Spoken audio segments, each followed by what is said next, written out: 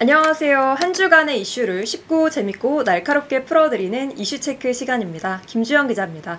오늘도 막힘없는 경제 분석 김수헌 MTN 기업경제센터장님과 함께하겠습니다. 안녕하세요. 네, 안녕하세요. 최태원 SK그룹 회장과 노소영 아트센터 나비관장의 이혼 소송, 세기의 이혼 소송이라 불릴 만큼 소송 가액도 크고 기간도 길어지고 있죠. 지난 8월 최 회장 측이 상고한 데 대해서 대법원이 이르면 이달 말에서 다음 달 초에 심리 속행 여부를 결정하게 되는데요. 법원의 판단이 어떻게 나오느냐에 따라서 SK그룹의 경영 안정성에 미칠 영향이 상당한 만큼 재계와 투자자들의 관심이 집중되고 있습니다. 오늘 이 부분에 대해서 살펴보도록 하겠습니다. 이 최태원 회장 이혼 소송 이번 달에 가장 큰 관심사가 하나 있는데 이게 뭐냐면 좀 전에 김주영 기자가 말씀하신 그 대법원의 심리 불속행 결정이라고 하는 게 있습니다. 네. 그 뒤에서 이제 요거는 조금 이제 자세히 설명을 드릴 텐데, 그 간단하게 최 회장의 1심하고 2심 판결 한번 간단하게 한번 짚어볼게요. 그림에서 보시는 것처럼 1심에서는 재판부가 이 분할 대상 재산을 한 2,100억 정도로 봤죠. 네. 근데 여기서는 그 주SK 지분이 분할 대상 재산에 빠져 있었습니다. 근데 2심에서는 분할 대상 재산을 4조 115억으로 본 거죠. 엄청나게 확 뛰었죠. 1심에서 2심의 차이가 20배 예. 가까이 되네요. 이게 왜냐하면 2심에서는 주SK 지분이 그 분할 대상 재산에 포함이 됐습니다. 그래서 우리 판결문 보면 분할 대상 재산 리스트 이렇게 쭉 있잖아요. 1심 판결은 전부 다 X가 돼 있어요. 네. 이게 아니다. 분할 대상 재산이 아니다는 거고, 2심 판결문을 보면 이렇게 리스트가 쫙 있잖아요. 네. 전부 다 동그라미가 다 돼 있어요. 완전 역전이 다 펼쳐져서. 그냥 이게 이제 분할 대상 재산이다. 그러다 보니까 이 4조 넘는 재산이 분할 대상이 됐죠. 그러니까 1심에서는 뭐 한 2,100억 중에서 665억 원 정도를 노관장한테 줘라. 2심에서는 최태원 이제 재산이 한 4조가 넘는다고 보고 그 중에서 1조 3,800억, 그러니까 1.4조 정도를 줘라. 뭐 이렇게 이야기가 된 거죠. 그러면서 완전히 뭐 1, 2심 판결이 너무 다른 내용이 나와서 네. 최태원 회장은 이제 멘붕에 빠졌던 거고, 그리고 이제 가장 뚜렷한 또 한 가지 특징을 보면 1심 때는 최태원이 현재 보유하고 있는 재산, 그거 중에서 이제 나눠주는 걸로 됐는데, 네. 2심에서는 최태원 회장이 과거에 보유했던 재산도 포함이 된 거예요. 그러니까 최 회장이 그 예전에 친인척들한테 증여했던 그 SK 그 지분이 있거든요. 이것도 이제 포함을 시켜라. 뭐 이렇게 된 겁니다. 이게 과거에 그래서, 친인척들이 최 회장을 추대하면서 그렇죠. 좀 빚을 갚은 거잖아요. 요즘. 예. 그러니까 이제 이 최 회장이 과거에 친인척한테 이제 증여를 했던 게 이게 한 1조 정도 되거든요.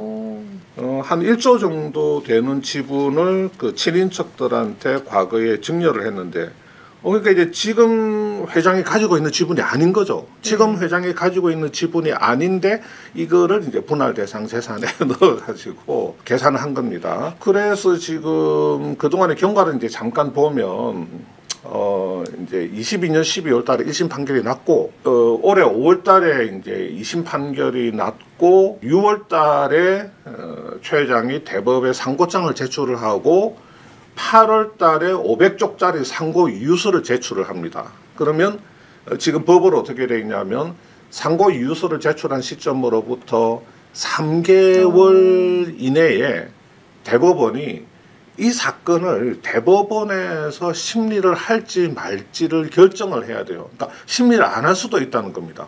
그러니까 올 10월 말 늦어도 11월 초까지는 대법원이 이 최태원 사건을 대법원에서 다룰지 말지를 결정을 해야 돼요. 사실 그 판단이 2심 판결 그대로 땅땅땅 할지 네. 그 결정과 똑같은 거네요. 그렇죠. 그러니까 이게 이제 보시는 것처럼 상고심 특례법이라고 있는데, 지금 상고로 올라온 사건 중에서 이 상고 이유에 대한 주장이 이 특례법에서 규정한 어떤 사유에 해당되지 않으면 대법원이 본안 심리를 하지 않고 그냥 바로 거기서 기각을 시켜버리는 겁니다.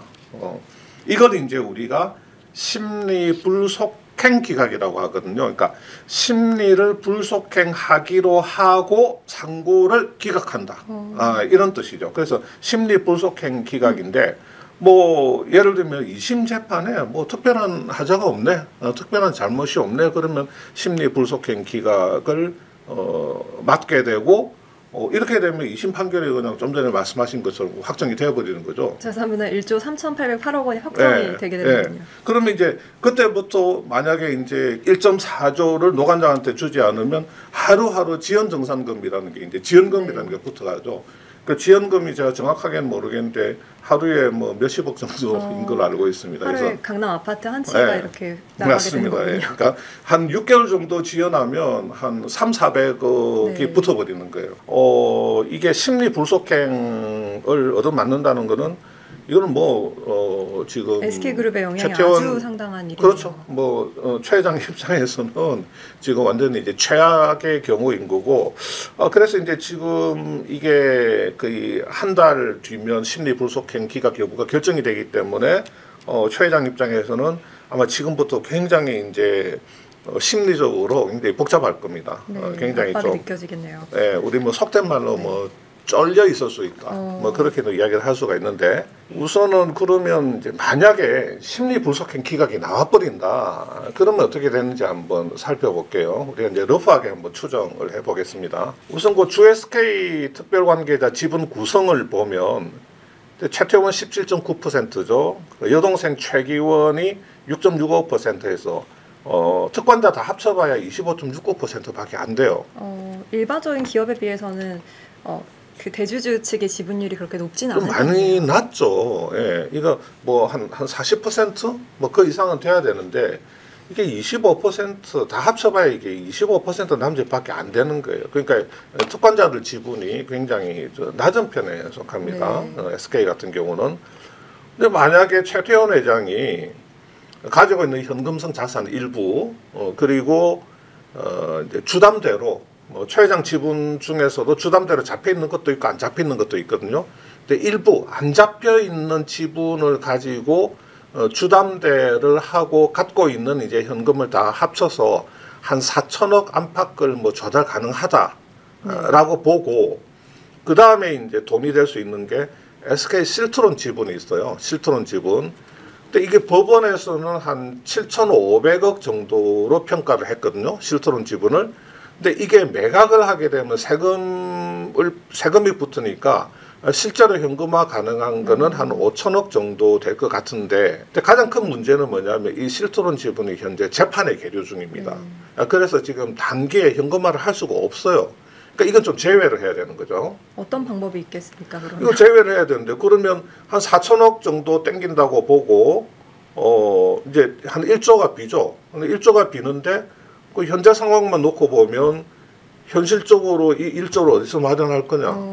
뭐 달리 방법이 없어요. 주SK 지분을 매각하는 게 지금 불가피하다고 볼 수 있죠. 지금 25%도 작은데 여기서 더 매각하게 되면은 더 확 줄어들게 안정성이 되죠. 더 줄어들게 되겠네요. 그렇게 줄어들게 되면 이게 이제 좀 뭐라 그럴까, 우리 뭐 외부에서 이제 사모펀드나 이런 데서 봤을 때는 조금 입맛을 쩍쩍 다실 수 있는 그런 이제 상황으로 갈 수도 있는데, 뭐 그게 현실화될지는 모르겠습니다만은 지금 그 주SK 시총이 한 11.1조예요.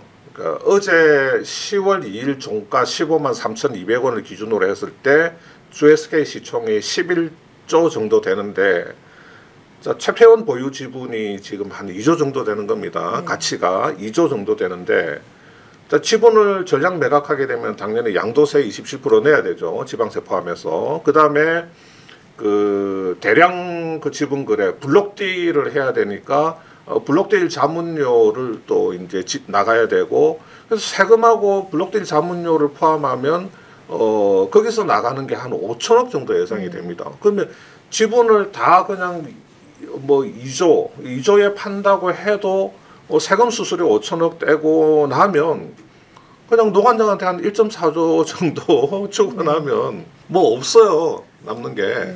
경영권 포기하고 지분도 다 내어주고 나서. 그거 없죠. 그러니까 만약에 이런 경우가 생기게 된다면 자 그러면 최태원 지분 다 빠져버리면 특권자 지분은 한 8%로 감소하게 되죠.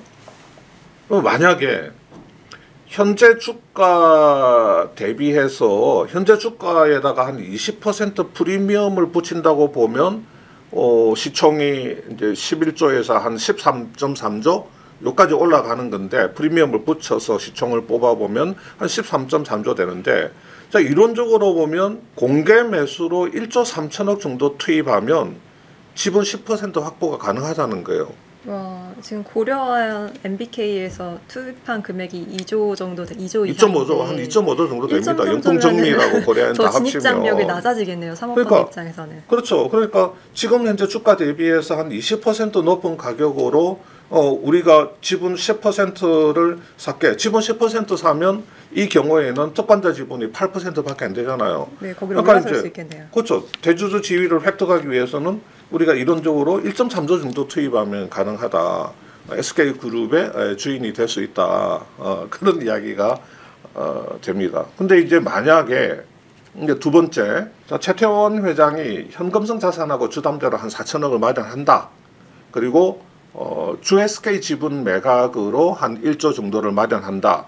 자, 이 경우에도 우리 앞에서 본 것처럼 세금하고 대량 매매 블록 딜을 하면 좀 할인해서 매각을 해야 되니까 이거 고려하면 1.3조 이상을 팔아야지 회장 손에 들어오는 현금이 한 1조 정도가 되는 거죠.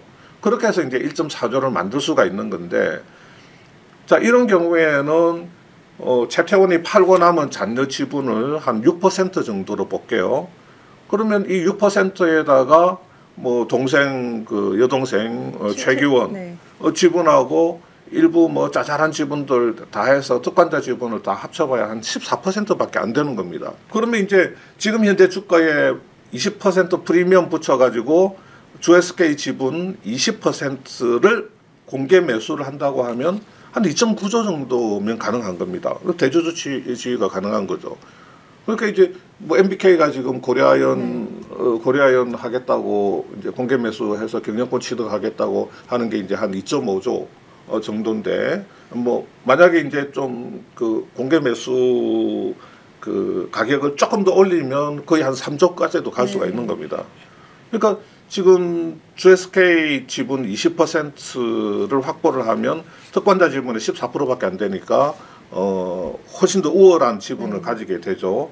근데 그게 한 2.9조 정도면 가능하다. 입맛 다시면 할 것 같은데 SK주는 또 네. 더군다나 SK 이노베이션과 하이닉스를 하이닉스도 지배하는 있죠. 지배구조를 하이닉스, 갖고 HBM의 네. 세계 최고봉. 굉장히 매력적인 상황인 거예요. 그러니까 주 SK만 가지면 뭐 SK 이노베이션, 뭐 하이닉스, 텔레콤, 뭐 SK 스퀘어, SKC 막 이런 이제 뭐 굵직굵직한 것들이 이제 줄줄이 달려 있지 않습니까? 네, 고려아연의 그러니까 차원을 넘어서겠네요. 뭐 제가 만약에 이제 사모펀드고 뭐 블라인드 펀드에 드라이 파우더가 한 몇 조 있다 그러면 한번 들여다 보겠어요. 아 이거 가능할까? 뭐 거기다 예를 들어서 뭐 노환장하고 손을 잡으면 이건 뭐 그냥 바로 지금 그래서 뭐 세간에 SK 그룹이 SY 그룹 되는 거 아니냐? 예? SY 네. 소형, 네. 네, SY 네. 소형 그룹이 되는 게 아니냐? 네, 뭐 이런 이제 뭐 이야기까지도 있는데 뭐 노관장하고 사모펀드하고 손잡으면 뭐 그냥 SK 그룹은 저쪽으로 갈 수도 있다는 이야기가 되겠죠. 물론 노관장 씨는 경영권에 대해서는 전혀 얘기를 하지 않고 있죠. 네, 지금 뭐 경영권 이야기해서 이제 좋을 게 없으니까. 네, 맞습니다. 자 그런데 이제 다만 최 회장 입장에서는 GSK의 그 주식 총수 현황을 이렇게 투표에서 보시는 것처럼 보면 7,250만 주가 발행되었는데 이 중에서 자사주가 한 1,798만 주, 그러니까 한 25% 가까이 네. 됩니다. 자사주가 굉장히 많아요. 그러면 이제 나중에 어떤 생각이 드세요? 자사주 이렇게 많으니까.